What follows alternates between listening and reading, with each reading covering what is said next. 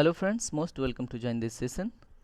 आज हम Indian polity में फंडामेंटल राइट्स का थर्ड सेशन देख रहे हैं, ठीक है। और ये कॉन्स्टिट्यूशन के पार्ट थर्ड में दिया हुआ है और इसमें जो रिमेनिंग क्लास है वो हम कंटिन्यू करेंगे। और पहले भी हमने इसमें 2 सेशन ऑलरेडी ले रखे हैं, ठीक है। तो आप उसे देखने के लिए प्लेलिस्ट चेक करें। चलिए ठीक है, आगे बढ़ते हैं। सबसे पहले ये एक मोटिवेशनल कोट आपके लिए, ठीक है, बूस्ट करने के लिए आपको इस पे 2 सेकेंड अपना ध्यान फरमाएं, ठीक है। चलिए आगे बढ़ते हैं। तो सबसे पहले हम देखते हैं आर्टिकल नंबर 33।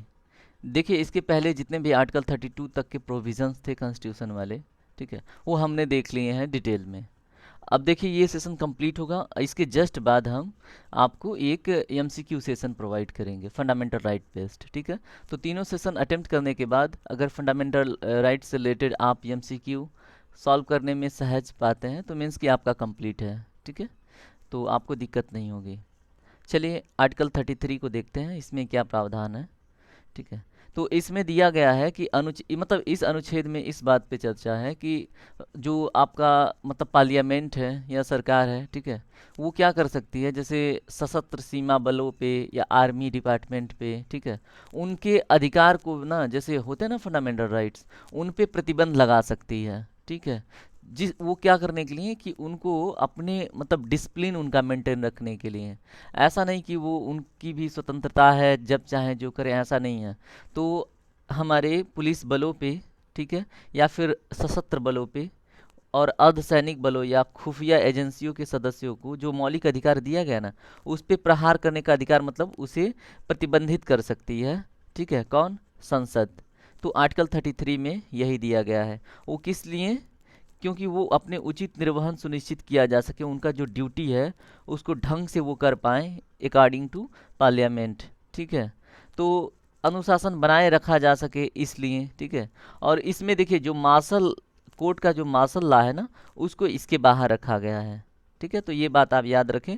सिर्फ इसमें इंक्लूडेड है सशस्त्र बल, पुलिस बल और फिर कौन? अर्धसैनिक बल और खुफिया एजेंसी। इसमें जो कोर्ट मार्शल का जो प्रोविजन है इसमें नहीं है, ठीक है।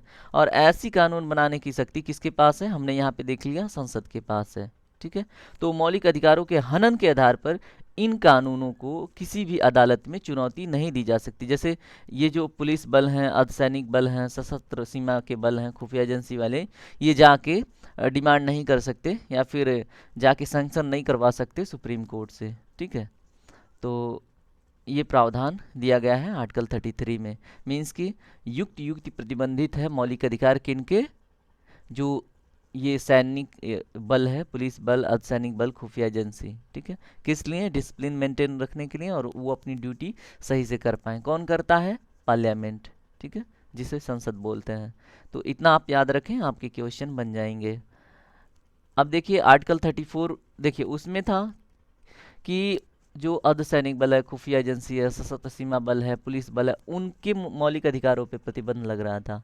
लेकिन अब यहाँ पे जैसे मान लीजिए अफस्पा कानून आपने सुना होगा, ठीक है, अफस्पा। तो ये जहाँ पे लगता है ना, वहाँ पे जो मतलब जनता रहती है, ठीक है, जो नागरिक रहते हैं, तो उनके अधिकारों का क्या होता है? उनके जो फंडामेंटल राइट्स हैं उनका वायलेशन होता है, उनको प्रतिबंधित कर दिया जाता है, ठीक है, जिस क्षेत्र में ये लगता है। तो आर्टिकल 34 में उनके मौलिक अधिकारों का हनन है जो उस क्षेत्र में हैं जहाँ पे ये मतलब अफस्पा कानून या फिर कोई मार्शल लॉ वहाँ पे लागू होती है, ठीक है। अफस्पा कानून के अंतर्गत ये मार्शल लॉ का ही प्रोविज़न है। वहाँ पे क्या होता है कि कंट्रोल डायरेक्ट सेंटर का होता है, यूनियन का होता है, ठीक है। और उस क्षेत्र में ना जो पुलिस बल होता है वो बिना वारंट के किसी को भी गिरफ्तार कर सकता है, ठीक है। तो किस लिए? वहाँ का जो मतलब माहौल ख़राब हुआ है उसको मेंटेन रखने के लिए। तो यही सब बातें हैं, ठीक है। अनुच्छेद संसद को संघ या राज्य के तहत काम करने वाले किसी भी व्यक्ति को उन क्षेत्रों में एक आदेश को बनाए रखने या बहाल करने के लिए किए गए किसी भी कार्य के संबंध में क्षतिपूर्ति करने का अधिकार देता है, ठीक है। ये किसके विषय में बात हो रही है? अगर मान लीजिए वहाँ पे लगा है वो कानून, ठीक है, और किसी ने पब्लिक प्रॉपर्टी डिस्ट्रॉय करा या फिर किसी भी प्रकार का माहौल बना हुआ है, तो उसके क्षतिपूर्ति के लिए ऐसा कानून, या फिर मान लीजिए समाज में सौहार्दपूर्ण व्यवहार जो है लोगों के बीच में मतलब बिगड़ गया है, लोगों में दंगा भड़क गया है, या फिर वहाँ पे क्या है कॉन्फ्लिक्ट हो रहा है जो सामान्य नागरिक हैं, और फिर अगर कोई वो होता है ना वो नक्सलाइट वगैरह, उनके बीच में बहुत ज़्यादा क्लेश की स्थिति है, ठीक है, मतलब कि कॉन्ट्राडिक्शन है या फिर ऐसे हो रहा है बार बार हाथापाई वगैरह, तो ऐसे क्षेत्र में बहाली की स्थिति डिक्लेयर करने के लिए ये कानून लागू होते हैं माशाल्लाह, ठीक है। तो उसमें नागरिकों के अधिकार को प्रतिबंधित किया जाता है, क्यों? क्योंकि वहाँ पे सुरक्षा व्यवस्था अच्छे से बनाया जा सके, संदिग्ध लोगों को बिना वारंट के भी गिरफ्तार किया जा सकता है, ये मतलब वहाँ पे माशाल्लाह के प्रावधान में मेंशन है, ठीक है। तो ये आर्टिकल 34 इस विषय में बात करता है। चलिए अब हम देखते हैं आगे के प्रावधान। आगे है आपका आर्टिकल 35। अब ये किस विषय में प्रावधान करता है, ठीक है, अब वो देखते हैं। इसमें क्या है, मौलिक अधिकार को प्रभावी बनाने के लिए, ठीक है, कानून बनाने का अधिकार केवल और केवल संसद के पास है। ये बात आप याद रखेंगे, किसी स्टेट के लेजिस्लेचर के पास नहीं है। जैसे हर एक राज्य में अपना विधानमंडल होता है ना, उनके पास नहीं है, ये सिर्फ और सिर्फ किसके पास है, संसद के पास, ठीक है। अब इसमें देखिए संसद क्या कर सकता है, 16 के खंड 3, 32 के खंड 3 और अनुच्छेद 33, 34 इनके संबंध में कानून बना सकता है, ठीक है। अब 16 के खंड 3 में क्या है, जैसे मान लीजिए किसी भी क्षेत्र में आप हैं, ठीक है, आप किसी भी जैसे मान लीजिए सरकार, स्टेट गवर्नमेंट या यूनियन जैसे होता है ना, यूनियन टेरिटरी, वहाँ पे कोई मतलब अथॉरिटी या फिर कोई ऐसी मतलब सरकार का ही कोई निकाय है, ठीक है, तो उसमें कार्यालय का प्रावधान करना, ठीक है, उसमें मैनेजमेंट का काम है, ठीक है, उन सब चीज़ों का मतलब देख रेख करने के लिए एक मतलब अलग से व्यवस्था बना सकती है संसद, ठीक है। तो ये प्रावधान 16 के खंड 3 में दिया गया है, ठीक है। और 32 का खंड 3 क्या कहता है, 32 के खंड 3 में कुछ प्रोविजन इस प्रकार है, जैसे मान लीजिए 32 के खंड 1 में है कि आपके मौलिक अधिकारों का संरक्षण कौन करेगा, सुप्रीम कोर्ट, मतलब आपके मौलिक अधिकारों का गारंटी देगा। खंड 32 के 1 में ये बात कही गई है कि आप सीधे सुप्रीम कोर्ट में जा सकते हैं। खंड 32 के 2 में दिया गया है कि किसके पास, जो सुप्रीम कोर्ट है उसके पास रीट जारी करने के अधिकार हैं, जो पांचों रीट हमने पहले के सेशन में कर रखे हैं, ठीक है। उसके अलावा जो खंड 3 है इस विषय का प्रावधान करता है कि खंड 1 जैसे खंड 32 का 1 और 32 का जो 2 खंड है, मतलब कि जो आपका संरक्षण वाला, मौलिक अधिकारों का संरक्षण वाला और रीट वाले प्रावधान को, ठीक है, उसको बाधित नहीं करेगा खंड 3, ठीक है। खंड 3 के अंतर्गत जब संसद कानून बनाएगा तो खंड 32 के 1 और 2 को बिना डिस्टर्ब किए ये कानून बनाएगा। मीन्स कि ये सुप्रीम कोर्ट पे, मतलब सुप्रीम कोर्ट के अधिकार का हनन न करते हुए संसद 32 के खंड 3 पे कानून इस प्रकार बनाएगा। जैसे मान लीजिए किसी लोअर जो कोर्ट होते हैं ना, वहाँ पे उनके जो लोअर कोर्ट के अधिकार क्षेत्र में है, उनके लिए कोई विशेष कर कानून है तो उसको लागू करने के लिए या फिर कोई कानून बनाने के लिए ये संसद नया कानून उनके लिए बना सकता है कि वो अपने क्षेत्र में क्या करें, लागू करवाएं, ठीक है। तो इस प्रकार का प्रावधान अनुच्छेद 32 के खंड 3 में दिया गया है। अनुच्छेद 33 और अनुच्छेद 34 हमने देख लिया, ठीक है। तो इस पे कानून बनाने का अधिकार किसका है, संसद का। संसद उन कृत्यों के लिए सजा निर्धारित कर सकती है जिन्हें मौलिक अधिकारों के तहत अपराध घोषित किया गया है, ठीक है। ये भी आप याद रखें, ये अधिकार किसके पास है, संसद के पास। अब देखिए ऊपर निर्दिष्ट मामलों से संबंधित कोई भी कानून जो संविधान के प्रारंभ के दौरान लागू होते हैं वो तब तक लागू रहेंगे जब तक कि उसमें कोई परिवर्तन या निरस्त या संशोधित नहीं किया जाता है, ठीक है। तो ये आर्टिकल 35 क्या करता है, संरक्षण भी प्रदान करता है उन अधिकारों को जो आपको मिले हुए हैं, ठीक है। मीन्स कि उनमें आपका हनन तब तक नहीं हो सकता जब तक कि उस कानून में कोई परिवर्तन न किया गया हो, ठीक है, या फिर उसे निरस्त न किया गया हो, या तो फिर उसे संशोधित करके उसका दूसरा रूप न दिया गया हो, ठीक है। तो ये रहा आर्टिकल 35 के प्रोविजंस। उम्मीद है कि आपको बेहतर समझ आएगा। तो अब हम आगे बढ़ते हैं, ठीक है, आगे के प्रावधान देखेंगे। अब देखिए, अब हम देखेंगे क्या, मौलिक अधिकार में जो संशोधन हुए हैं, ठीक है, अमेंडमेंट जो हुए हैं फंडामेंटल राइट्स में, उनको देखेंगे और उसमें कुछ सिद्धांत हैं उनको भी देखेंगे, ठीक है। तो हम डिटेल में इसको इतना भी डिटेल संशोधन नहीं देखेंगे, लेकिन कुछ विशेषता समझेंगे।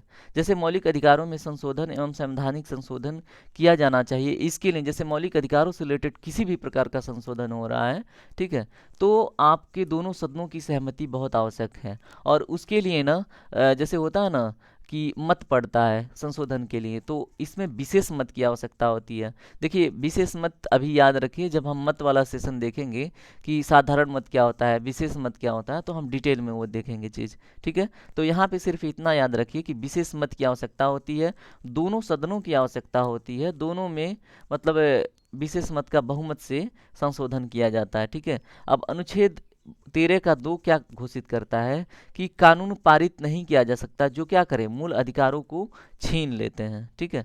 मतलब कि कोई भी कानून ऐसा पारित नहीं किया जा सकता जो मूल अधिकारों को छीन लेता है। सवाल यह है कि संवैधानिक संशोधन अधिनियम कानून के रूप में योग्य है या नहीं, ठीक है। अब देखिए इसमें एक केस आया था केशवा बनाम भारती, ठीक है, केशवानंद भारती बनाम मामले में सुप्रीम कोर्ट, देखिए एक केशवानंद का केस है, आप याद रखिए बस, कि सुप्रीम कोर्ट ने इसमें एक फैसला लिया था कि मौलिक अधिकारों को, ठीक है, जो उसमें उसके साथ साथ जो संविधान का कोई भी घटक जो संसद के अधिकार क्षेत्र से, इसमें ये कहा गया कि कोई भी घटक जो संसद का अधिकार क्षेत्र ना उसके बाहर नहीं था, ठीक है।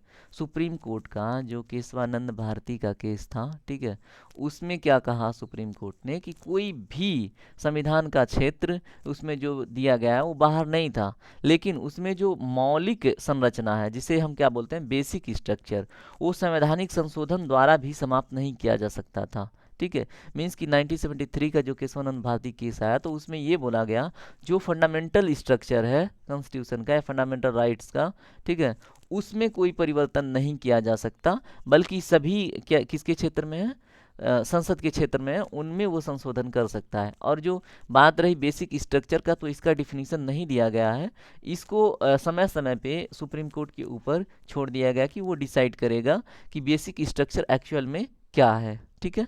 तो ये बात भी आप याद रखें। यह भारत में न्यायपालिका के लिए संसद द्वारा अनुमोदित किसी भी संशोधन को उलटने का कानूनी आधार है। कौन सा? जो हमने अभी फंडामेंटल बेसिक स्ट्रक्चर की बात करी, ठीक है। ये जैसे मान लीजिए संसद कोई भी अनुमोदन करता है, किसी भी प्रकार का संशोधन करता है, अगर सुप्रीम कोर्ट को लगता है कि वो बेसिक स्ट्रक्चर का पार्ट है, तो उस कानून को सुप्रीम कोर्ट उलट देगा, मीन्स कि उसे चेंज कर देगा, ठीक है, जो संविधान के मूल ढांचे के असंगत हो, इनकंसिस्टेंस जो बोलते हैं, ठीक है। जैसे मान लीजिए संविधान का मूल ढांचा डिसाइड कौन करेगा? सुप्रीम कोर्ट करेगा, ठीक है। तो उसे लगा कि संसद ने कुछ ऐसा संशोधन कर दिया है जिससे कि संविधान का जो मूल ढांचा है वो परिवर्तित हो रहा है, तो उस कानून को निरस्त करने का अधिकार सुप्रीम कोर्ट के पास है, ठीक है। तो ये रहा मौलिक अधिकारों में संशोधन से संबंधित कुछ प्रावधान और कुछ जानकारी, ठीक है। इसके आधार पे भी आपके बहुत सारे क्वेश्चन सॉल्व हो जाएंगे, ठीक है। तो चलिए हम इसमें आगे बढ़ते हैं, देखते हैं आगे के प्रोविजंस। अब देखिए इसमें ना जैसे अभी हमने संशोधन की बात करी, तो उससे संबंधित दो क्या हैं सिद्धांत हैं, ठीक है। तो इसमें एक है डॉक्ट्रिन ऑफ सिवियर एबिलिटी और एक है डॉक्ट्रिन ऑफ इक्लिप्स, मीन्स कि गंभीरता का सिद्धांत, और एक है क्या, ग्रहण करने का सिद्धांत। इन्हें हम समझ लेते हैं, ये थोड़ा सा अप लेवल के एग्जामों में यहाँ से क्वेश्चन डिराइव्ड होता है, ठीक है। तो फिर भी आपकी जानकारी में है तो आप एक बेटर कंपटीटर होंगे, ठीक है। तो इसको हम समझते हैं डॉक्ट्रिन ऑफ सिवियर एबिलिटी क्या है, डॉक्टर ऑफ सिवियर एबिलिटी देखेंगे, ठीक है। इसे क्या कहते हैं? पृथक्करण का सिद्धांत भी कहते हैं। तो ये भी क्वेश्चन डायरेक्ट पूछ सकता है, ठीक है, कि पृथक्करण का सिद्धांत का प्रोविजन कहाँ है। तो आप ये याद रखें, इसका प्रावधान अनुच्छेद 13 में खंड 1 में दिया गया है, ठीक है, पृथक्करण का सिद्धांत। अब इसमें क्या होता है, जैसे मान लीजिए कोई भी मौलिक अधिकार, ठीक है, मतलब इसका क्या करता है, ये रक्षण करता है पृथक्करण का सिद्धांत।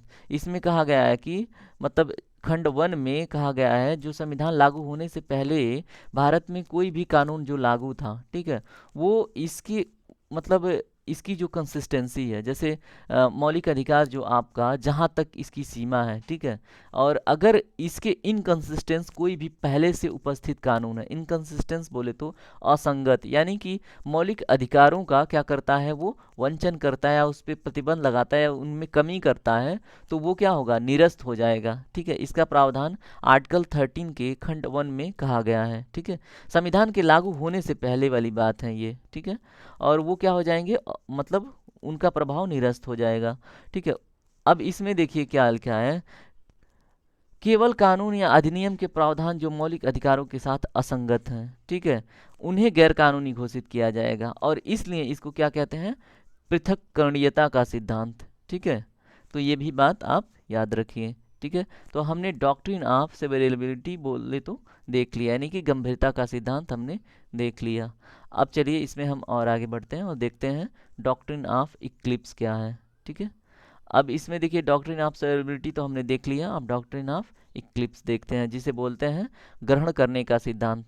इसमें देखिए थोड़ा सा मतलब आपको ये याद रखना है, जैसे मान लीजिए क्या है, पहले से जो कानून उपस्थित हैं, ठीक है, जो मतलब संविधान लागू होने से पहले कुछ कानून उपस्थित हैं, जिसमें पहले ही कुछ लेन देन हो रखे हैं, ठीक है, और कुछ व्यक्ति ऐसे हैं जिनको मौलिक अधिकार अभी भी प्राप्त नहीं है, ठीक है, उनका जो अधिकार का संरक्षण है वो पुराने कानूनों के अंतर्गत होता है। ठीक है, और अगर पुराने कानूनों के अंतर्गत मौलिक अधिकार के समकक्ष किसी को अधिकार प्राप्त हो रहा है, ठीक है, जो असंगत है, अभी भी क्या है, हमारे मौलिक अधिकारों के असंगत है, फिर भी उन कानूनों के अंतर्गत क्या होता है, ये चीज गवर्न होती है। ठीक है, तो इसे हम बोलते हैं ग्रहण करने का सिद्धांत। ठीक है, तो ये भी आप याद रखिए।